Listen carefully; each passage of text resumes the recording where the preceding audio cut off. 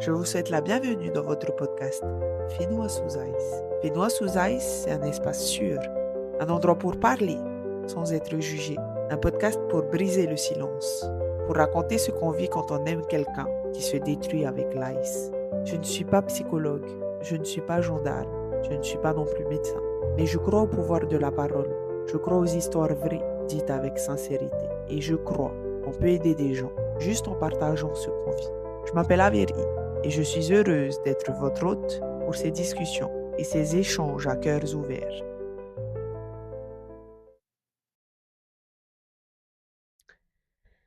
Après tout ce que j'ai traversé, je pense que j'ai pris du recul. Je pense aussi que j'ai compris. C'est pas venu tout de suite. C'est pas venu non plus facilement. Mais petit à petit, un pas après l'autre, j'ai appris en fait. J'ai appris d'abord que je ne pouvais pas le sauver à sa place. Pendant longtemps, j'ai cru que si j'aimais assez, si j'étais assez présente, si je faisais tout bien, si je me dévoilais, si je me consacrais entièrement et à 100% à l'autre, à lui, ça allait changer. Mais en fait, j'ai compris. J'ai compris que chacun a son propre chemin. On est adulte, donc chacun doit faire ses choix. Chacun doit faire sa route, faire son chemin. Et je ne pouvais pas, à sa place, porter son chemin, suivre son chemin. Pourquoi? Parce qu'on est là pour vivre sa vie à soi, pour suivre son propre chemin. Donc je ne pouvais pas le faire à sa place. J'ai appris aussi que c'était important de prendre soin de moi. Parce que pendant longtemps, en fait, je m'étais entièrement consacré à lui. Je m'étais oublié. J'ai pris des kilos à cause de ça. Je pensais uniquement à lui. Je pensais à sa situation. Je pensais à la situation dans laquelle on était. Je pensais à ce que je devais faire, à ce que je devais bien faire, à être toujours la femme et la conjointe exemplaire qu'il fallait, sans penser à moi. Je pensais pas du tout à moi. Et donc, je m'étais oubliée. Je m'étais mise de côté et je pense que ça a été une de mes erreurs, mais bon, j'ai appris aussi hein, qu'en fait, je pouvais pas aider si j'avais plus de force. Je pouvais pas aider si j'étais fatiguée. Je pouvais pas aider si j'étais à terre. Je pouvais pas aider si je n'avais plus l'énergie. Je pouvais pas aider si je n'étais pas bien dans ma tête et bien dans mon corps. Alors petit à petit, j'ai commencé à changer des choses. J'ai commencé à faire des choses pour moi, même toutes petites, hein, même simples. Mais c'était important. C'était important pour retrouver cet équilibre que j'avais perdu. Et donc j'ai repris la lecture. Donc j'adorais lire. J'avais mis de côté cette passion en moi.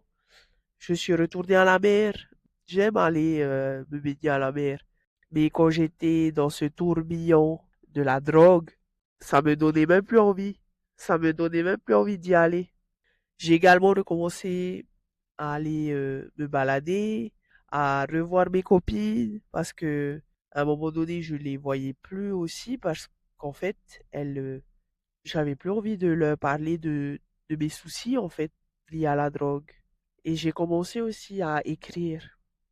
Et ça, c'est vrai que ça m'a beaucoup servi, ça m'a beaucoup aidé, parce qu'en fait, c'est un exutoire. C'est-à-dire que tout ce que tu as sur le cœur, tout ce que tu as dans la tête, quand tu l'écris, j'aime pas écrire, hein, comme tout le monde.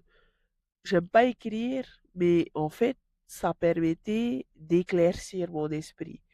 Le fait de poser les choses, le fait de d'écrire tout ce que j'avais sur le cœur, ça me permettait d'éclaircir ce que j'avais dans la tête et de rester en forme pour continuer, c'est-à-dire présente pour pouvoir continuer le combat.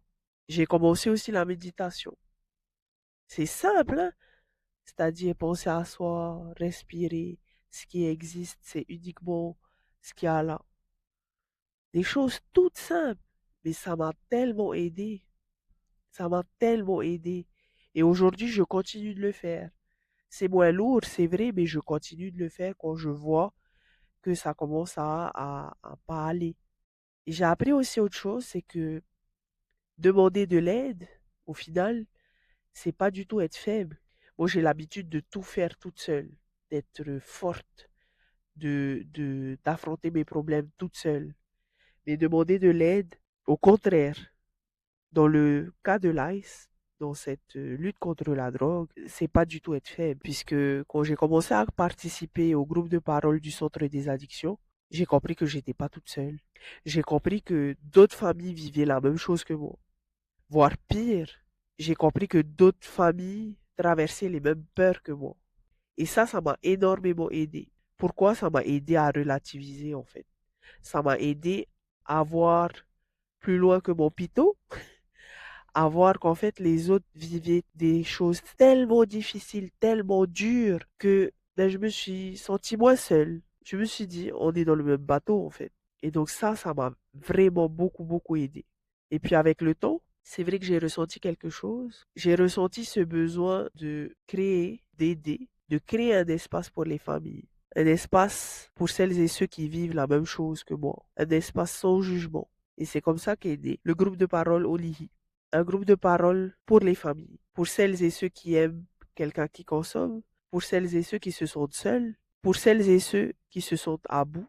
Pour celles et ceux qui en ont gros sur le cœur. Parce que je sais à quel point ça peut faire du bien juste de parler, de déposer et de se sentir compris. Parce qu'on peut parler à des personnes qu'on connaît, mais parce qu'elles ne vivent pas la même chose que nous, elles ne peuvent pas comprendre. Elles vont nous dire qu'elles comprennent, mais elles pourront jamais comprendre tout ce qu'on vit et tout ce qu'on ressent. J'ai appris aussi que l'amour ne suffit pas toujours. L'amour, bien sûr, permet d'aider, permet de surmonter des obstacles tellement grands, mais l'amour ne doit pas être violent. L'amour ne doit pas attaquer notre intégrité physique. Donc, bien sûr, s'il y a des violences, bien sûr, si votre vie est en danger, bien sûr que l'amour ne suffira pas. Mais je sais que dans la plupart des cas, l'amour peut aider. Quand il y a des limites qui sont posées, quand il y a du soutien, quand il y a de l'écoute, l'amour, la famille, la solidarité peut aider. L'amour est la clé. Et aujourd'hui, moi, je continue d'avancer. Nous continuons d'avancer ensemble avec mon conjoint. Le chemin est encore long, mais il faut qu'on garde en tête qu'il y a de l'espoir. Et donc, si tu écoutes ce podcast et que tu vis quelque chose de très difficile, moi, j'ai envie de te dire quelque chose. Tu peux continuer à aimer, tu peux continuer à aider, mais tu ne dois surtout pas t'oublier. Parce que toi aussi, tu comptes. Si je devais résumer tout ce que j'ai appris, je dirais trois choses. Prends soin de toi.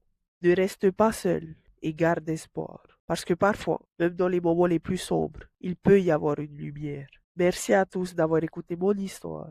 Dans les prochains épisodes, d'autres familles vont témoigner, d'autres parcours, d'autres voix. Parce que ce podcast, ce n'est pas seulement mon histoire, c'est aussi la tienne. À très vite et prends soin de toi. Merci d'avoir écouté cet épisode. Merci d'avoir écouté ce podcast qui est pour vous. Fais-nous un sous ice. Le prochain témoignage arrive très bientôt. Et d'ici là, prenez soin de vous et de vos proches. Et restez à l'écoute de Fais-nous sous ice.